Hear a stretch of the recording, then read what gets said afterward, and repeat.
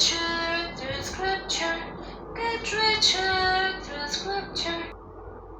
नमस्कार, आपका मेरे channel get richer through scripture में स्वागत है।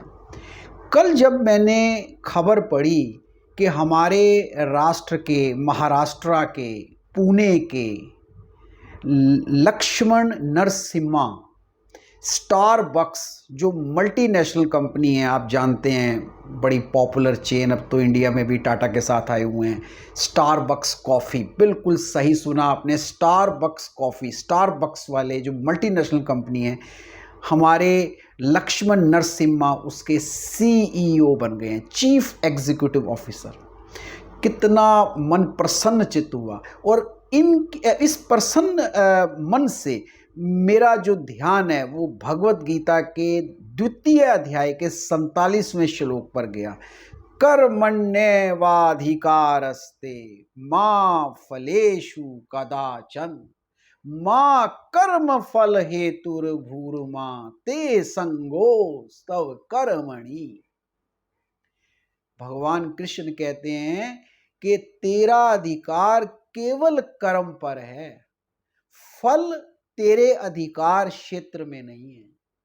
और आगे कहते हैं मां कर्म फल हेतुर्भूर्मा, यदि तेरे कर्म रत होने से कोई फल मिलता है तो तू उसका श्रेय नहीं ले सकता। तो इंसान कहता है कि कर्म का फल मेरे अधिकार में नहीं, फल मिल जाए तो मैं श्रेय नहीं ले सकता। तो भगवान श्री कृष्ण कहते हैं तू अपने आप को कर्म के बिना भी तू नहीं रह सकता, कर्म भी तेरे को, कर्मशील भी तेरे को रहना पड़ेगा। यानी कि सीधी बात, हमें सिर्फ कर्मशील रहना है, बिना फल की इच्छा रखे हुए। और कहीं ना कहीं लक्ष्मण नरसिम्हा ने ऐसा कर्म किया, क्योंकि आप सब जानते हैं, हम शास्त्रों के इन श्लोकों को, शास्त्रों के इस ज्ञान को सुन सुनकर बड़े हुए हैं, और यही ज्ञान आज हमें शीर्ष पर पहुंचा रहा है। और मैं आपको मित्रों बताऊं, ये पहली बार नहीं हुआ, कई हमारे इंडियन प्रोफेशनल सीईओ बन चुके हैं। और आप सब जानते हैं गूगल के सीईओ कौन है? सुंदर पिचई। हमारे आईबीएम के जो सीईओ है कौन है? अरविंद कृष्णा। हमारे ये आपकी जो माइक्रोसॉफ्ट कंपनी है जिनका विंडो है, उनके सीईओ कौन है? सत्या नडेला। ट्विटर के सीईओ कौन है? पराग अग्रवाल। डुलाइट जो कंसल्टिंग, इतनी वर्ल्ड कंसल्टिंग कंपनी है, कौन है उनके? आपके पुनीत रंजन। आप देखिए कि, और ये अभी एक सिर्फ 2-4 एग्जाम्पल मैंने बताए हैं, बहुत लंबी लिस्ट है। और आप देखिए, मैंने जब इस पे शोध किया कि हमारे ही राष्ट्र के जो प्रोफेशनल्स हैं वही क्यों सीईओ बन रहे हैं, उन्हीं पर ही क्यों विश्वास कर रही है मल्टीनेशनल कंपनी। तो मैंने जब शोध करके देखा तो पता चला जो डिग्रियां हैं, एजुकेशन है, वो तो लगभग सेम है, बल्कि उनकी डिग्रियां बेटर हैं जो यूरोपियंस हैं, यूएसए वाले हैं, क्योंकि यूनिवर्सिटीज ही उनके मुल्कों में है। हमारे यहाँ तो उतनी रैंक्ड यूनिवर्सिटीज भी नहीं है।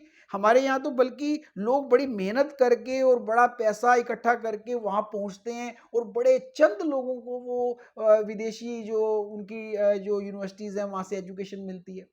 आप देखिए तो अंतर क्या क्या है, किस कारण से हमारे जो ये प्रोफेशनल्स हैं वो एक्स्ट्रा ऑर्डिनरी बने हैं, एक्स्ट्रा क्या है, ये आपके लिए जानना बहुत जरूरी है। हमारे ये जो भारत है, ये हमारे भारत के जो सीईओ इतने फेमस क्यों हो गए हैं?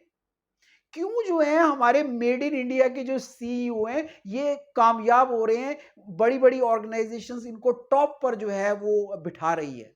तो एक्स्ट्रा क्या है? इसके बारे में जो हमारे जो इन्वेस्टमेंट पोर्टल्स और फाइनेंस के पोर्टल्स सबसे पहली बात कहते हैं कि ऑप्टिमल यूज करते हैं ये रिसोर्सेज का।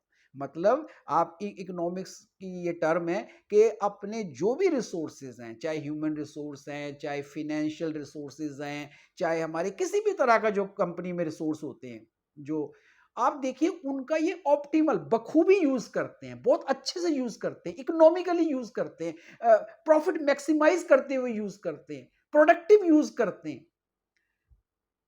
किस कारण से कर पाते? कहीं ना कहीं ये लोग, हमारे राष्ट्र के लोग धरती से जुड़े हुए हैं। कहीं ना कहीं गरीबी को इन्होंने बहुत नजदीक से देखा है। यदि खुद नहीं देखा तो अपने आसपास गरीबी को देखा है। ये वैल्यू सिस्टम से जुड़े हुए लोग हैं। ये जनसाधारण से जुड़े हुए लोग हैं। इन्होंने अपने परिवार में आसपास संघर्ष को देखा है। शायद इसीलिए ये ऑप्टिमल जो रिसोर्सेस का जो ऑप्टिमल यूज है वो कर पाते हैं। और फिर देखिए इनमें अनुशासन है, इनमें हार्ड वर्क है। और क्यों ना हो, जब यहाँ से कोई व्यक्ति विदेश जाएगा, फॉरेन लैंड में जाएगा, तो हमारे लिए एक छवि बनी हुई है। विदेशी लोग, अमेरिकन लोग, यूरोपियन लोग, हम वहां जाके प्रूव करते हैं, हम सिद्ध करते हैं, हमारे पर उम्मीदें होती हैं हमारे परिवार की इन उम्मीदों पर खरा उतरना चाहते हैं। और बात परिवार की चली है तो मैं आपको बता दूं, संयुक्त परिवार से उठकर हम आए हैं। संयुक्त परिवार को हमारे प्रोफेशनल्स ने नजदीक से देखा है। और जो संयुक्त परिवार में समायोजन कर सकता है, एडजस्टमेंट कर सकता है, सामंजस्य बिठा सकता है, वो आप देखिए कॉरपोरेट में टीम के साथ एडजस्टमेंट कैसे नहीं कर सकता। जो संयुक्त परिवार में टिक सकता है वो क्यों नहीं एक कॉरपोरेट की टीम में टिक सकता। उसके अंदर जो, जैसे हम परिवार को, एक बड़े परिवार को बड़े प्यार से चलाते हैं, उसी तरह हमारे प्रोफेशनल्स कॉरपोरेट्स को चलाते हैं। और इसीलिए शायद ये शीर्ष पर बैठे हैं। और परिवार की बात चली है तो आप देखो कि ये चीज आपको यूरोप में, यूएसए में इस तरह का जो सिस्टम है, जो एक फैमिली सिस्टम है, वो आपको वहां नहीं मिलेगा। और यही अंतर हमें जो है कहीं ना कहीं एडवांटेज दे रहा है। और दूसरी बड़ी बात जो पोर्टल्स कह रहे हैं, रिसर्च कह रही है, वो कह रही है कि आईक्यू और ईक्यू में एक बैलेंस जो है बना पाते हैं कौन? हमारे हमारे इंडियन प्रोफेशनल्स।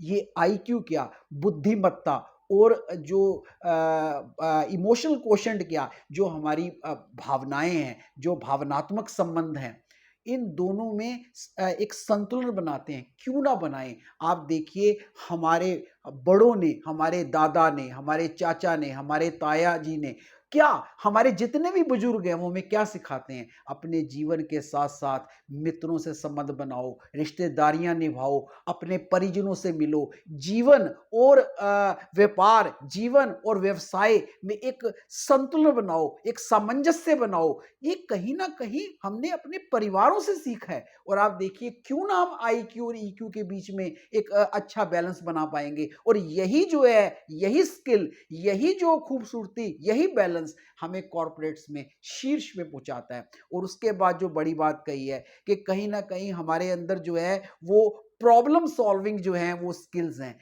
क्यों ना हो, आप देखिए हम शेयर करना जानते हैं, हम परिवार के लोगों से बात करते हैं, हम अपने भाईजनों से बात करते हैं, हम रिश्तेदारियों में जाकर कई बार अपनी समस्याएं जो है कैजुअली डिस्कस करते हैं। और मैं आपको बता दूं, ये कल्चर विदेशों में नहीं है। लोग बंद कमरों में बैठे हुए हैं, लोग अपने रिश्तेदारों से कटे हुए हैं। और मेरे को एक जो है बहुत बड़ी पोस्ट पर एक सज्जन है, उन्होंने कहा है कि कई सॉल्यूशंस तो उनको, जब वो अपने कजन से मिलते हैं, जब अपने फ्रेंड से मिलते हैं, जब कैजुअली रिश्तेदारों के घर जाते हैं, अपने बड़ों से मिलते हैं, अपने मामा मामी से मिलते हैं, अपने ताया ताई से मिलते हैं, कई चीजें तो उनको वहीं से सीखने को मिल जाती हैं। और कितने क्रिएटिव सॉल्यूशंस जो है उनको निकल आते हैं। और क्रिएटिविटी की बात चलिए, और एक बड़ी बात कह रहे हैं, ग्लोबल प्रेजेंस है हमारे प्रोफेशनल्स की। क्यों ना हो, हमारा राष्ट्र खुद ही अपने आप में ग्लोब है।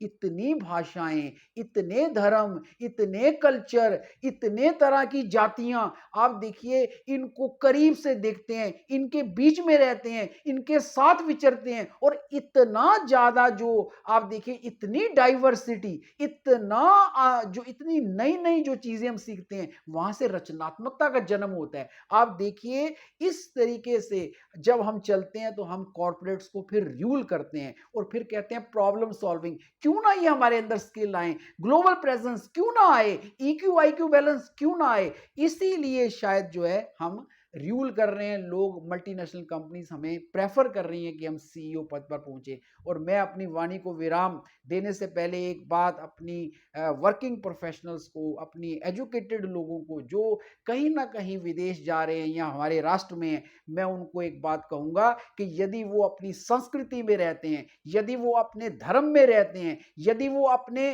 परिवार के साथ, अपने रिश्तों के साथ, अपने मित्रों के साथ संबंध बनाए रखते हैं, अपने संबंध मेंटेन करते हैं, तो ये तो अभी शुरुआत है। आप देखिए कितने सीईओ के मुकुट हमारे सिरों पर सुशोभित होंगे, इसका आप अंदाजा नहीं लगा सकते। बहुत बहुत धन्यवाद।